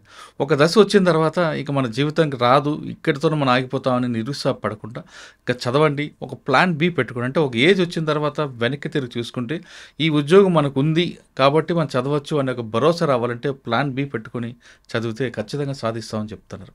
ఆమె ఆర్టీగా చేస్తూ చదివారు. ఆర్టీఏలో డిపార్ట్మెంట్ కూడా మనం చదువుతూ ఉంటే సపోర్ట్ చేసే అధికారులు కూడా ఉన్నారు కాబట్టి ఆవిడ ఖచ్చితంగా ఆమె అనుకున్న గోల్ సాధించారు. ఇప్పుడు ఇండియన్ ఫారెస్ట్ సర్వీస్లో ఏపీలో మంచి ఆఫీసర్ కాబోతున్నారు. ఆ విధంగా ప్రతి ఒక్కరు కూడా చదివితే మనం దేశం చాలా బాగుంటుంది. అంతేకాకుండా ఆవిడకున్న ఫారెస్ట్ మీద ఒపీనియన్ కూడా మంచి ఒపీనియన్ ఉంది కాబట్టి ఆమె గోల్ ఖచ్చితంగా రీచ్ అవ్వాలని కోరుకుందాం. ఇది ఐశ్వర్యతో ఎక్స్క్లూజివ్ ఇంటర్వ్యూ. వచ్చే వారం మరో గెస్ట్తో మళ్ళీ కలుద్దాం. అంతవరకు నమస్తే, థ్యాంక్ యూ అమ్మా, ఆల్ ది బెస్ట్. ఖచ్చితంగా మంచి ఫారెస్ట్ ఆఫీసర్ అవుతావు. థ్యాంక్ యూ అండి.